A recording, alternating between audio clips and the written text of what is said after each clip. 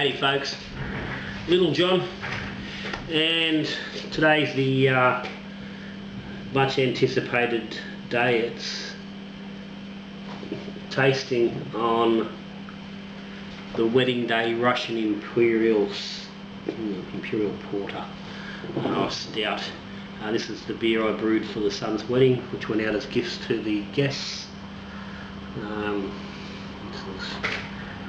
She's labelled up with the introduction to Little John's brewing logo. There is a video of the brew day on this. I'll put a link up the top. This was a combined reiterated mash between the Robo Brew and the traditional mash tun.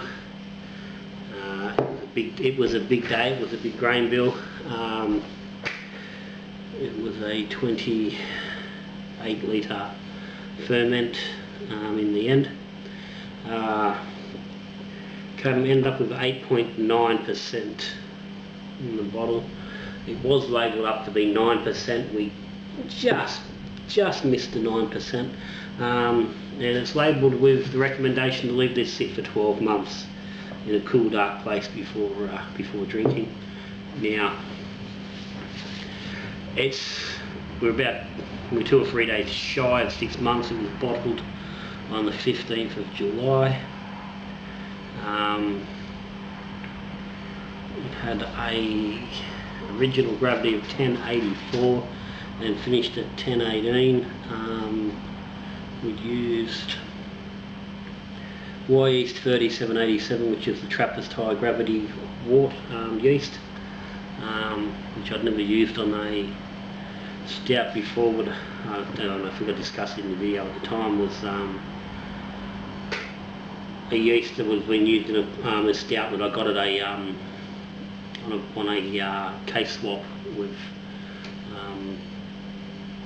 some of the guys from Aussie Home Brewer Forum, and I really enjoyed it, so I thought I'd use it on this beer. This is what the son wanted for wedding favours. The bride's father had made, he's a beekeeper, an apiarist, and he produced bottles of honey for everybody. Some of that honey that I will soon make into a mead. But yeah, so 6 months down the track, this was planned to do a 6-month tasting, so that's just gassed off nicely. Only used about 1/2 to 2/3 of a carb drop in each bottle at the time, given the long wait. I didn't want to risk it getting too carved up and not knowing how people were going to store it. I was erred on the lighter side with the carbonation, just to play it safe. But looking at that, it certainly got plenty of carb, which was always going to be a concern. I did want to go much lighter on the carb for that reason, and it would appear that those concerns have come to fruition. I will say that the bottles that I've got have been sitting in the garage here, and they've probably been subjected to a little bit more warmth than would be ideal.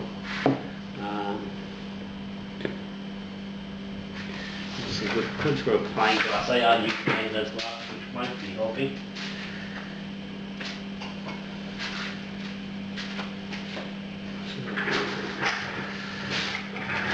So we go up to the plain glass, see if we can reduce that bloody frothing a little bit.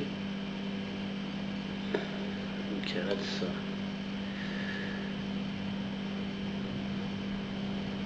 that's a bit better.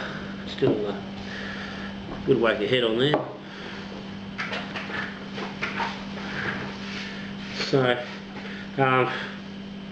not gushing or anything, so that's not a bad thing. As I said, this was sort of half expected. Now, it's pretty dark. It didn't come out as dark as I was expecting it to. Got a couple of lights there in the upper end of the garage, I can just spot them through there. There's a little bit of see them, you know, crimson tinges around the outside, so it's not black as night or anything.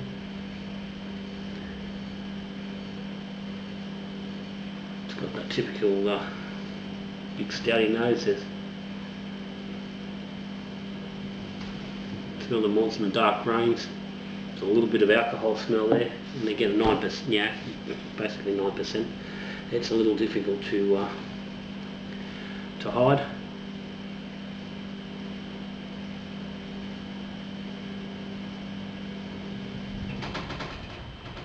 Oh. We've just lost power. And we've got power back again. We've got a bit of a storm just fringing around us at the moment. About the 5th storm we've had since the start of the year. It's been almost a daily thing, and they've been dropping power out left, right and centre. Power system's not been doing it great, but so yeah. So yeah, so the alcohol note's there, but it's not savage.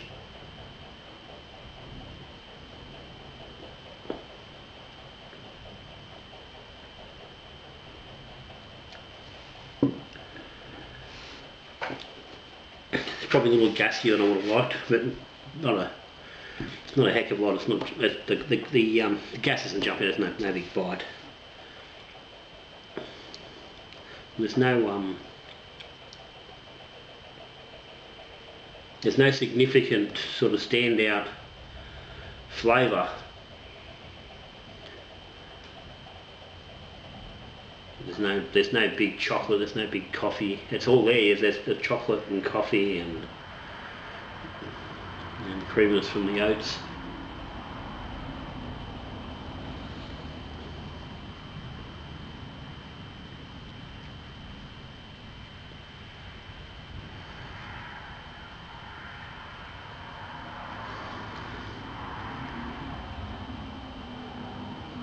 And there's no heat from the alcohol. You can tell it's there. It's noticeable in the flavour, but there's not that hot alcohol burn, which is obviously, which is always a bit of a worry with such a high alcohol content, that it is going to really overpower everything. But it's not, and so there's the nice depth in the body. There's plenty there.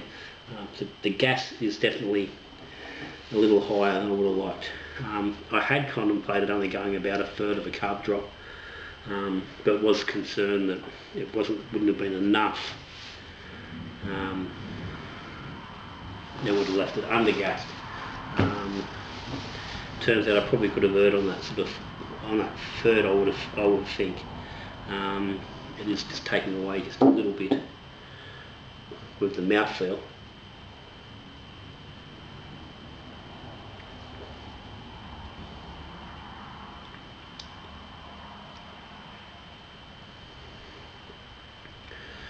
The big body there of the big stout, and there's a good whack of oats in there. It's noticeable that there is that depth, and that gas is just sort of cutting it a little bit. But overall, it's quite good. I'm pretty happy with it.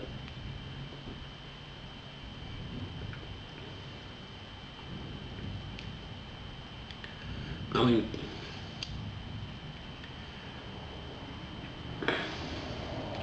it was always a risk brewing this for the wedding. Especially knowing that my crew and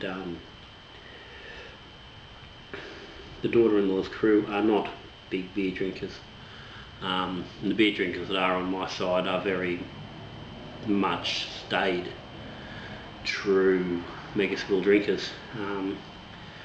don't really don't really push the boundaries of their beer experience. So this was really going to be in the face of all those, all the people that are getting it.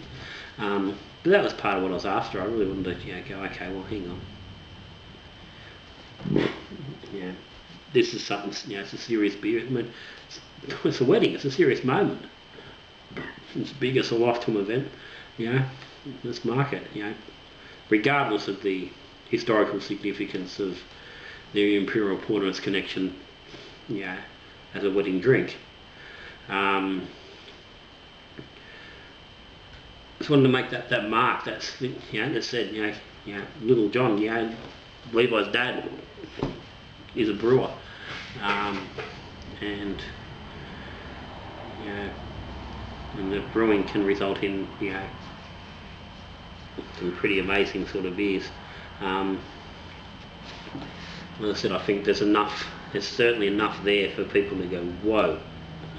It's gonna really some people are gonna really struggle with it, and I knew that,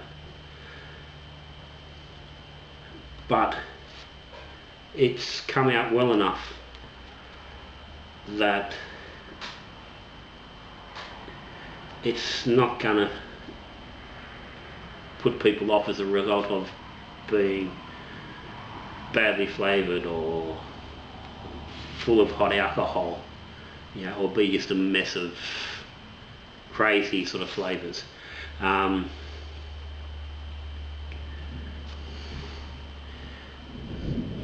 Now that it's said a little bit and that gas is coming out, it really is showing its character.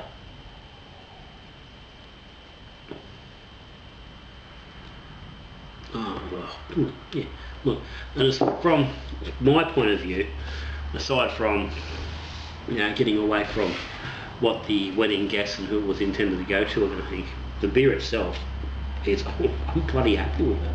I really am. A minor. The only thing I can really pick at the moment that I would work with would be the carbonation.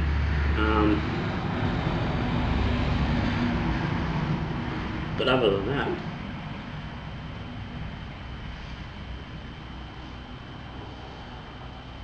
that's a really tasty brew. It's got a really nice mouthfeel. There's no slickness. There's no oil.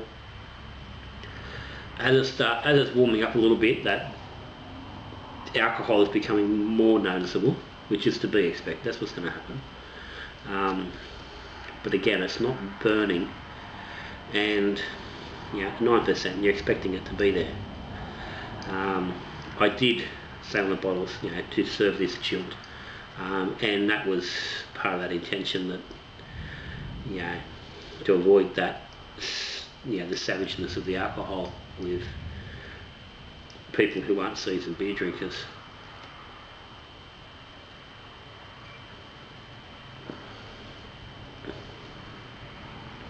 But that recipe wise, I'm really happy with that.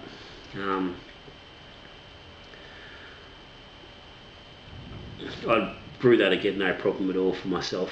It's nice. It's good. It's chocolate. There's coffee. It's a little bit of sweetness. Plenty of creaminess from the. I mean, there's a good whack of oats.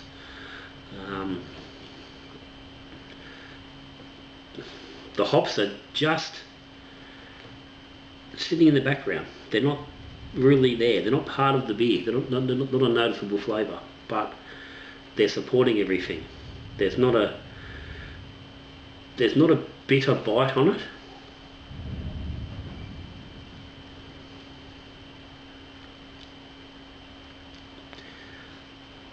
There's enough.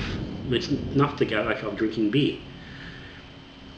There's the sweetness, and there's just enough bitter to stop that sweetness from taking over. But the sweetness is the driving force, which for me is something a bit unusual, because normally it's not the sweetness, it's the alcohol and the heat. that leads the way in this sort of beer. So this is what I said. I was looking. I called it an Imperial Porter. So I was going on that lighter side. I wasn't going for that big, bitter, harsh roasty stout. And I've really got that. The limited amount of the roast and the black malt has really worked. So yeah, but anybody who's interested in finding that recipe, never cracked it. It works really well. Like I said, if I was to make some changes to it, I would possibly drop the sweetness a little bit. Now there is a kilo of dark dry malt in there. I would possibly pull that back a little bit. There's a half kilo of dark crystal as well. Those two together are going to add quite a bit of contributing probably most of the sweetness. You could probably pull them back a little bit, a couple 100 grams on the dark malt and a little bit on the dark crystal. Even drop the dark crystal to a medium to cut that sweetness back. Alternatively, you could knock it back a bit less and increase the black malt. There's 200 grams of black malt. You could increase that, or you could even just add some extra actual roasted barley, gram for gram even. 200 of the dark crystal off for the dark dry malt. Replace that with a little bit of roast to push into that stout territory a little bit more. Would work. Would bring that. Would reduce that sweetness and bring the bittering up a little bit. Alternatively, there could be an increase in the hop as well. The upfront bitterness. There's I'm not sure what the bitterness contribution is from the initial 35 grams of Warrior at 60 minutes. That could be increased to whack a little bit more hop bitterness in there, which would also counteract the sweetness. That'd work. The actual hops, like the flavour hops, I would leave the Cascade and the Mosaic. I'd probably leave them. You could, if you wanted to, you could probably push them a little bit harder. Now, when you really look for it, there is a little bit of the fruit there on the end of the taste. So you could push that level if you wanted to. You could try a different yeast. Maybe going for a London Ale or a more traditional sort of a porter or stout yeast. 1469 or 1690. We'll give a different result. Maybe not be so sweet. Could possibly be a bit sweet. They might even finish a little bit higher. You could try to get a little bit dry, but I don't think you'd have much chance with what was here. I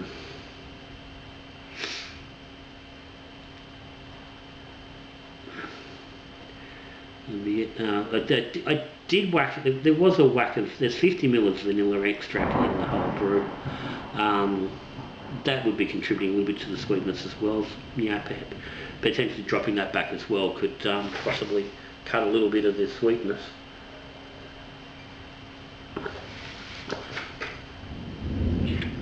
But it doesn't taste like a vanilla sweetness. Maybe a touch. Yeah. So in beauty of brewing, there's always something you can do to to change, to make improvements, to correct what's going on with it. But overall, like I said, I'm very happy. It's a success. It's a good beer. I'm more than happy for family, friends and in-laws to drink that and see that as an example of what little John can do in his brewery. So if you want to give it a crack, go for your life. If you've already given it a crack and you're waiting on the age, 6 months, hasn't hurt any good, hasn't hurt at all. I'll get a couple more bottles in the fridge, I think, and have a few sucks on it here and there. With it 9%, I'm not going to drink too much of it, but not a bad de-stressor. So that's me anyway. That's Little John for the day. Wedding day, Russian Imperial Porter. Storm's getting a little bit crazy out there. It does seem to be sort of circling around us, slightly off in the distance anyway. So if you've got any questions at all on this brew, anything about my suggestions on how to improve it, stick them down the bottom. We'll have a chat about it. As always, Little John, if you haven't subscribed, hit the subscribe button. Come along. We do this sort of shit. We drink in the storm. We brew in the storm if we need be. That's me. That's Little John for today. So till I see you again, and we're brewing beer, we're talking beer, we're drinking beer. Good brewing.